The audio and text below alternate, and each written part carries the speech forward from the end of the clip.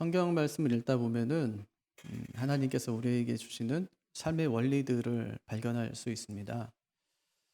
특별히 이 땅 살면서 우리가 하나님께 복도 받기를 원하고 또 하나님께서 주시는 그 사랑도 받기를 원하고 그렇게 살아가죠. 힘들 때마다 하나님께서 우리의 마음도 만져주시고 위로받기를 원하고 그렇게 살아가요. 뭐 하나님마다 잘 되면 또 더 좋겠죠. 원하는 것이 이루어지면 더 좋겠고요. 또 앞으로 어떻게 살아야 되는지 모를 때 하나님께서 이렇게 살렴 하고 말씀해 주시면 참 좋을 것 같아요. 그래서 늘 성경 보고 기도하죠. 성경 보면서 혹시라도 하나님께서 나에게 무슨 말씀하시지는 않는지 살펴보면서 그렇게 하루하루를 살아갑니다. 특별히 그런데 약간 예전에는 이제 예수 믿으면 복 받는다 이제 그런 얘기들을 많이 해서 예수 믿고 정말 복 받는 사람들이 많았어요. 60년대, 70년대, 80년대 그때는 예수 믿으면 막 복 받는 거예요. 왜 복 받냐면 그때는 경제가 잘 나갔어요. 예수 믿는 사람만 복 받은 게 아니라 다 잘 살 때예요. 근데 기도하면서 사니까 그것을 이제 은혜로 받고 아 정말 예수 믿으면 복 받아. 우리 집 봐봐 이러고 살았는데 요즘에는 그런 시대는 아니잖아요. 모든 게 다 줄어가고 있으니까. 예. 다 줄어가고 있어요. 그러니까 약간 이제 어느 순간부터 복에 대한 얘기를 교회에서 하게 되면 약간 알러지 같은 거를 자꾸 막 일으키는 거예요. 아이 무슨 뭐 예수 믿는데 뭐 복 받으려고 예수 믿나 뭐 이렇게 생각하면서요.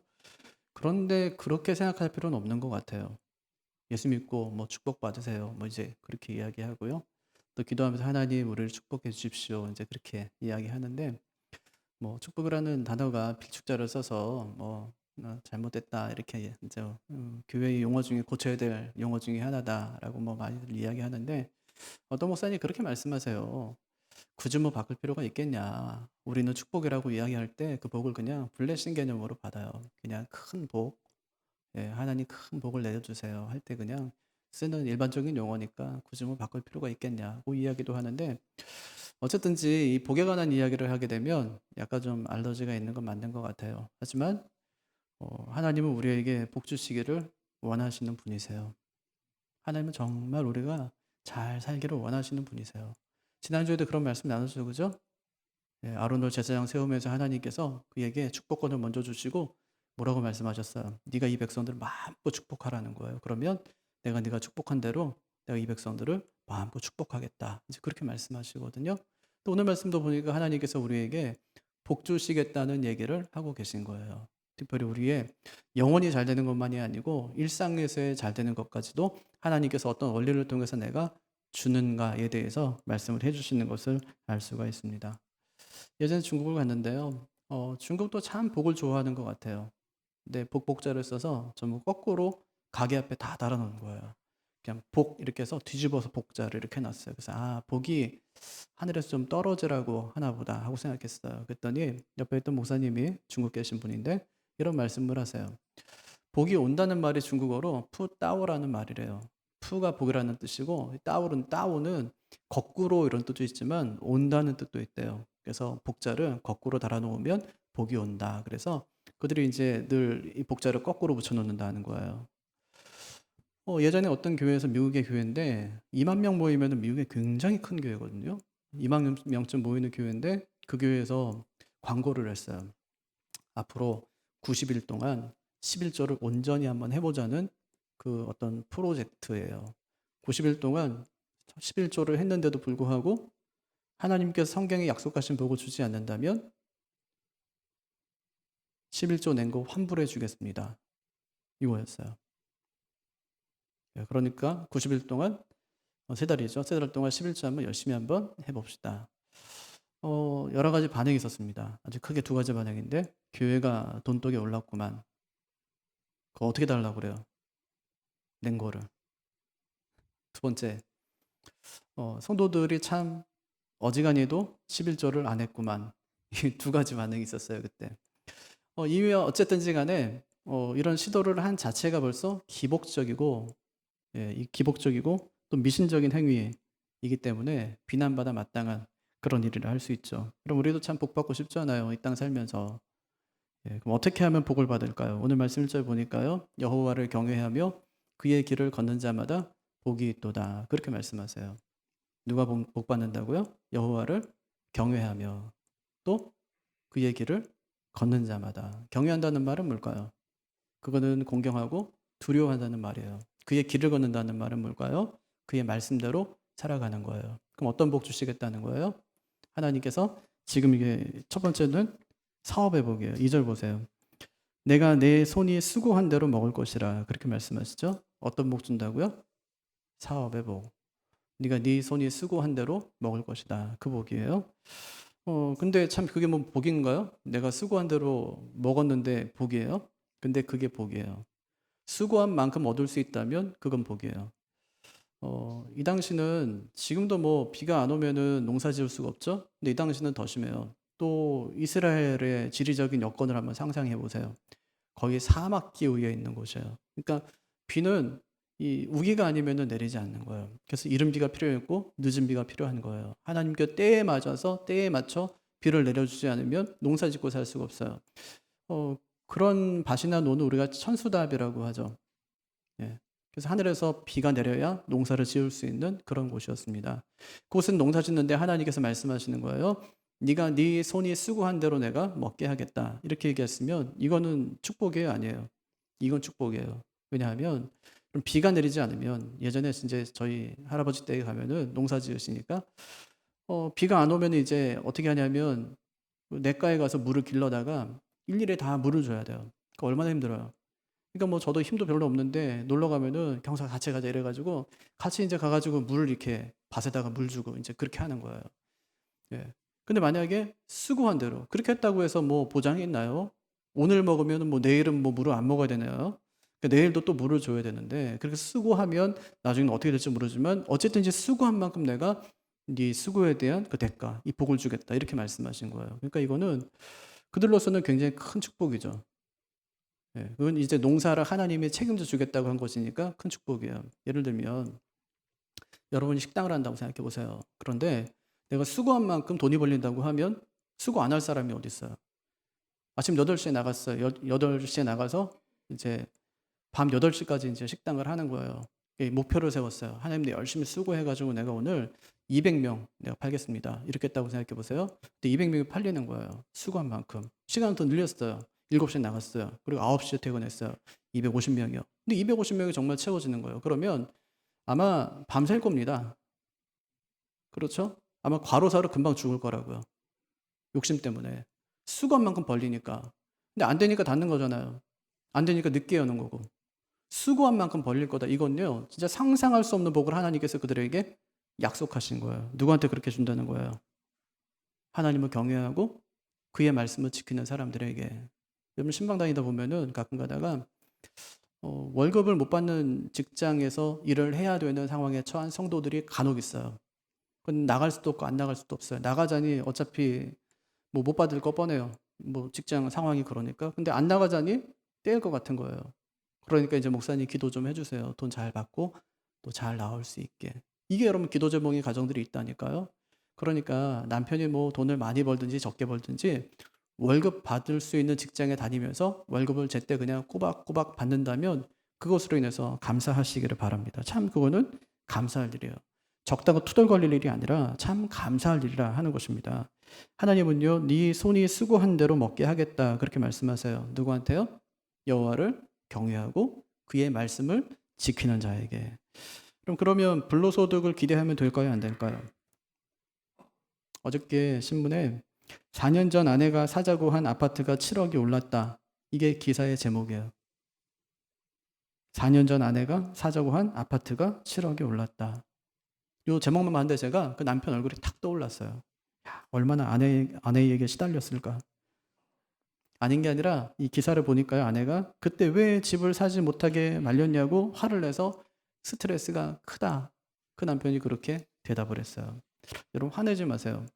그렇게 돈 버는 것은 하나님께서 원하시는 방법이 분명히 아닙니다.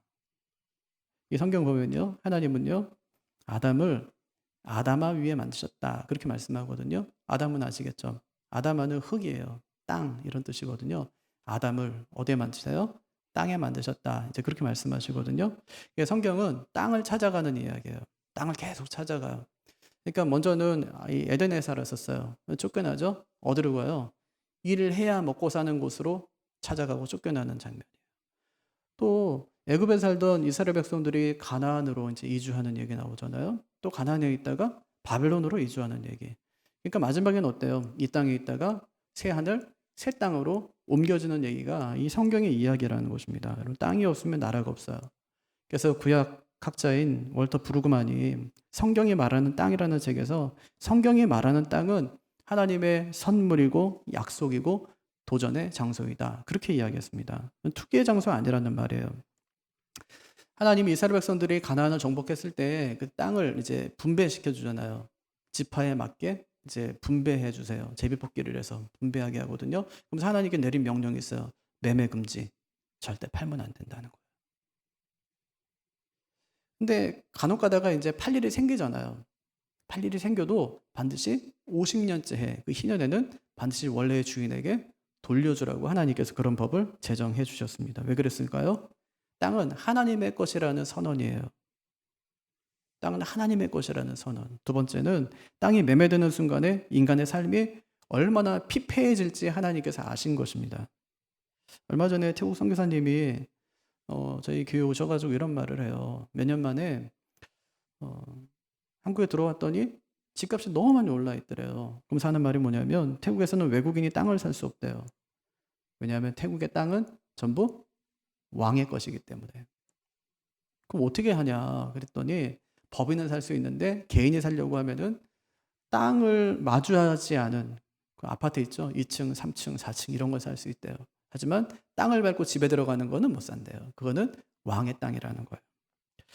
그럼 불로소득은 안 됩니다. 그건 하나님이 주신 복이 아니라는 거죠. 집값이 올라가는 만큼 집 없는 사람들의 절망이 더욱더 깊어간다는 것을 우리는 꼭 기억해야 됩니다. 하나님이요, 이번 주에 로또 번호 아세요?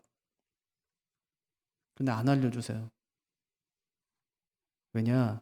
그렇게 돈 버는 것은 하나님이 원하시는 방식이 아니기 때문입니다. 여러분, 내가 수고해서 번 돈으로 헌금도 하고 밥도 먹고 그렇게 살아야 돼요. 하나님께 주신 복이 바로 그것이라는 겁니다. 성경에 등장하는 많은 사람들은 수고한 만큼 먹었던 사람들이었습니다. 정말 특별한 경우로 제외하면 그 사람들은 수고한 만큼의 대가를 받으며 살아갔던 사람들이에요. 물론 수고 이상의 복을 받은 사람들도 가끔 있어요. 예를 들면 이삭 같은 사람이죠. 이삭은 당년에 100배의 축복을 받았다고 했으니까 큰 복을 받은 사람은 맞습니다. 요즘이야 뭐 사업 하나만 그냥 잘 터지면 100배, 1000배 버는 건 문제도 아니지만 근데 그때만 해도 그게 아니에요. 예수님 당시에도 예수님께서 이렇게 말씀하세요. 30배, 60배, 100배 이렇게. 그렇죠. 하나님 말씀 잘 지키며 살아가면 30배, 60배, 100배예요. 좋은 밭에 이제 씨가 뿌려지면 30배, 60배, 100배의 결실을 맺느니라. 그렇게 말씀하시는데 예수님 당시만 해도 이 100배는 이 가장 큰 축복의 끝이에요. 요즘에는 안 그렇죠. 그죠? 100배 얼마든지 있을 수 있잖아요. 그죠? 얼마든지 있을 수 있어요. 또 사실 뭐 농사 짓는 사람이 100배만 받으면은 그건 농사 망한 겁니다. 예, 옥수수 하나를 심었는데 100개 나왔다. 100개 달린 거 났다. 이거는 뭐 듬성듬성 난 거예요. 꽉 차야죠, 알이. 예, 그러니까 이거는 그런 의미로 보면은 이거는 뭐 큰 축복이 아니라고 여길 수도 있지만 근데 그 당시에는 농사가 잘 되면 하나 지만 30개 거두면 참 잘 된 거였대요. 예, 그만큼 이제 척박한 때에 하나님께서 100배의 축복을 그들에게 약속하신 거예요. 그렇게 이삭처럼 이렇게 수고 이상으로 먹고 산 사람들도 있었어요. 그런데 수고해 놓고도 하나도 먹지 못한 사람도 있었습니다. 그러니까 누구냐면 하나님의 규례를 멸시하고 하나님의 계명에 순종하지 않은 사람이었습니다. 그런 사람에겐 벌이 내려져요. 어떤 벌이냐면 시편 109편 11절을 보면 고리대금 하는 자가 와서 그의 소유를 다 빼앗고 낯선 자가 와서 그가 수고한 것을 다 탈취해 갈 것이다. 그렇게 말씀하세요. 그러니까 하나님의 뜻대로 살아야 될 사람이 하나님의 뜻대로 살지 않으면 누가 찾아온대요? 고리대금하는 사람이 찾아와요. 누가 찾아와요? 도둑놈 찾아온다는 거예요. 그래서 내가 있는 거 다 털어간다. 그렇게 말씀하는 거거든요. 이상하게 여러분 있잖아요. 살다가 이상하게 안 나가도 될 돈이 자꾸만 나가면 그때는 삶을 한번 돌아봐야 돼요. 왜 그럴까? 안 나가도 될 돈이 왜 자꾸만 나갈까? 뒷돈 자꾸만 나가는 거죠? 왜 그럴까? 그때는 다시 자기의 삶을 돌아봐야 돼요. 분명히 하나님의 뜻이 있어요. 그러면 사업이 잘 되기를 원하시나요? 그러면 돈 벌 궁리부터 하지 말고 하나님을 경외하고 그 말씀을 지키도록 노력하시기를 바랍니다. 하나님이 그런 사람에게 내가 사업의 복 줄게 그렇게 말씀하셨어요. 두 번째는 가정의 복이에요. 3절 내 집 안방에 있는 내 아내는 결실한 포도나무 같으며 내 식탁에 둘러앉은 자식들은 어린 감람나무 같으리로다. 결실한 포도나무는 이건 출산이거든요. 하나님이 가정에 아이를 주겠다는 약속이에요. 근데 아이만 주고 끝이 아니에요. 잘 자라게 해주겠다. 그렇게도 말씀하신 거예요. 그 뒤에 내 식탁에 둘러앉은 자식들은 어린 감람나무 같으리로다. 이 말씀이죠. 여러분 아침에 밥 먹으려고 가족들이 식탁에 둘러앉았어요. 숟가락 들고 아이를 한 명 한 명 보는 거예요. 그때 막 가슴이 막 설레는 거예요. 얘가 나중에 어떻게 자랄까? 하나님이 나중에 얘를 어떻게 쓰실까? 이러면서 막 설레는 거야. 그럼 좋겠죠? 근데 반대로 밥 먹으려고 이제 식탁에 둘러앉았는데 얼굴을 보는 순간 짜증이 확 나는 거예요. 자식들 이거 나중에 커서 뭐가 되려고 그러나 염려가 되는 거예요. 근데 하나님께서 내가 네 자식 책임져 줄게 그렇게 말씀하세요. 어떻게 하면요? 여호와를 경외하고 그 말씀을 지키면. 중요한 포인트 하나가 있어요. 누가 여호와를 경외하고 말씀을 지켜야 될까요? 내 자식일까요? 야, 너 그렇게 살아 되겠어? 말씀대로 살아야지. 그래야 하나님께 너에게 복 주시지. 아니요. 오늘 말씀이 원리대로라면 자식에게 하는 말씀이 아니라 부모에게 하시는 말씀이에요. 네가 그렇게 하면 내가 네 자식을 이렇게 말씀하시는 것이죠. 내 자식이 내 가슴을 뛰게 하는 아이로 자라기를 원한다면 부모가 항상 하나님 앞에 늘 붙어 있어야 돼요. 그러니까 괜히 자식 탓하지 말자고요. 성경에도요. 부모의 신앙 때문에 자식이 잘 된 경우가 진짜 많아요. 누가 그래요? 대표적인 사람들이 이스라엘의 족장들이에요. 아브라함과 이삭과 야고보로 이어지는 족장들, 또 요셉까지 이어진 족장들. 예. 그의 신앙에 잘 견고하게 서니까 어때요? 그러니까 자식들이 평안하게 잘 살죠. 모세의 어머니, 모세의 아버지, 믿음의 사람들. 나중에 모세를 훌륭한 이스라엘 민족의 지도자로 잘 세우죠. 한나. 한나의 기도로 나중에 진짜 그 이스라엘이 사사시대 말기에 혼란했을 때 그때 하나님 말씀으로 다시 이스라엘을 일으키는 그런 일을 이제 그 부모가 해내죠. 1년에 한 번 찾아가면서 그 사무엘을 계속 돌아보죠. 또 누가 있어요? 가장 제가 생각할 때 성경에서 가장 아버지 덕을 많이 본 사람 솔로몬이에요. 재산만 많이 받은 게 아니에요. 또 평안한 나라만 물려받은 게 아니에요. 솔로몬 나중에 진짜 이건 진짜 뭐 엄청나게 타락해가지고 큰 죄를 짓거든요. 그때 하나님께서 그에게 하신 말씀 뭐예요? 내가 네 아버지 봐서 넌 용서해 줄게 하지만 네 아들 때에 가서는 국물도 없어. 나라 두 쪽 날 거야. 이렇게 말씀하시죠. 아버지 덕을 가장 많이 본 사람 솔로몬이요. 오늘날에도 이 신앙의 명문가들의 자녀 교육 비법을 보면 딱 한 가지입니다.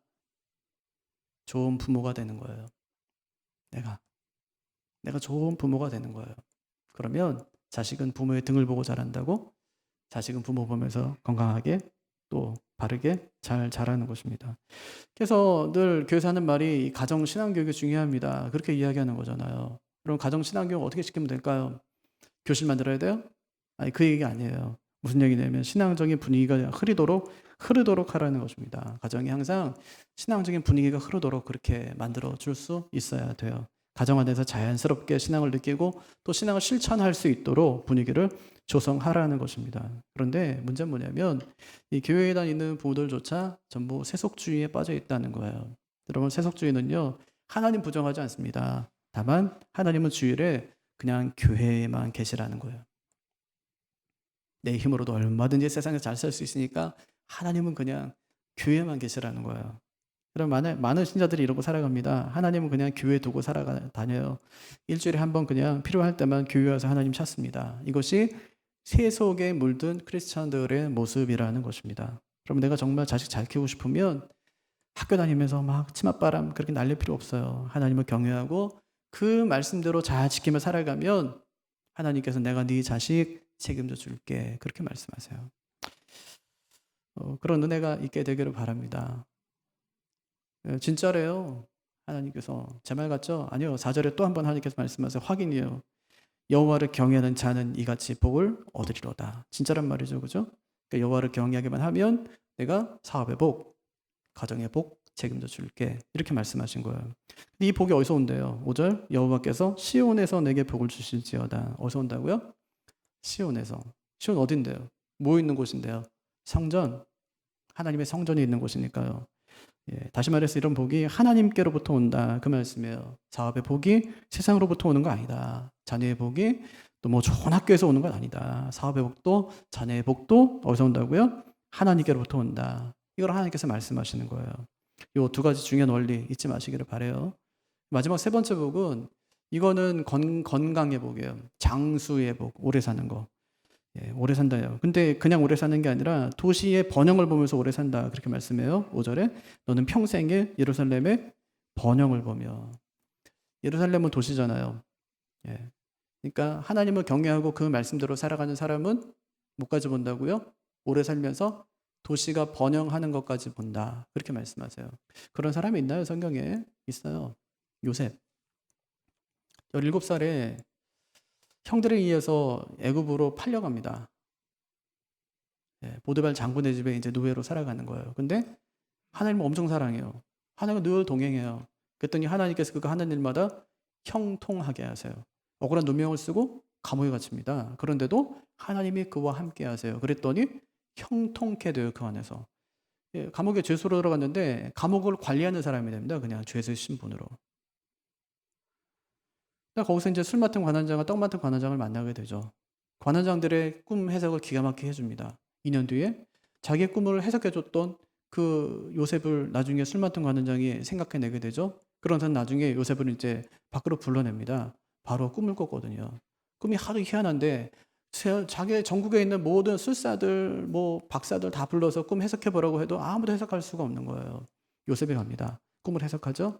왕이여, 이 꿈은 다른 꿈은 아닙니다. 이 꿈은요, 7년 동안 이 나라에 큰 풍년이 들 겁니다. 그리고 7년 뒤에는 큰 흉년이 들 텐데 그러면 그 흉년을 대비해서 큰 풍년 때 그 풍년 관리 잘 해야 됩니다. 이렇게 이야기했더니 웅성웅성 하는 거예요. 왕과 신하들이. 그러면 이 7년 동안의 큰 풍년을 누가 관리할 것이냐고 했다가 그들이 합의 본 게 뭐냐면 네가 해. 이렇게 된 거잖아요. 요셉이 이제 감옥에 있다가 갑자기 2년 만에 총리가 되었다. 이 얘기잖아요. 총리가 되었다. 2년 전에 28살, 2년 뒤에 30살. 애굽의 공무원 임용 나이. 2년 동안 하나님께서 그를 감옥에서 애굽의 정치와 경제를 배우게 하신 거예요. 그리고 그가 나중에 이제 총리가 되어서 진짜 큰 풍년이 지난 다음에 흉년이 되었을 때 모든 나라는 그런 준비 아무것도 다 되지 않았을 때 창고에 정말 많은 곡식을 쌓아놓고 뭐 했다는 얘기예요? 장사예요. 쉽게 얘기하면 장사했다는 얘기예요. 이제 주변 나라에 있는 모든 사람들이 돈을 갖고 찾아옵니다. 그때 이제 야곱의 아들들도 찾아오는 거예요. 가나안에서부터 찾아오는 거예요. 그래서 돈을 갖고 와서 이제 우리에게 곡식을 파십시오. 곡식을 팔잖아요. 그땐 정말 부르는 게 값이에요. 아무리 많은 돈을 갖고 왔어도 이것만 가져가 하면 그냥 그것만 가져가야 되는 때거든요. 그러니까 흉년이 너무 길어지는 거예요. 7년이니까. 있는 돈 없는 돈 다 털어봤지만 그 7년을 버틸 수가 없어요.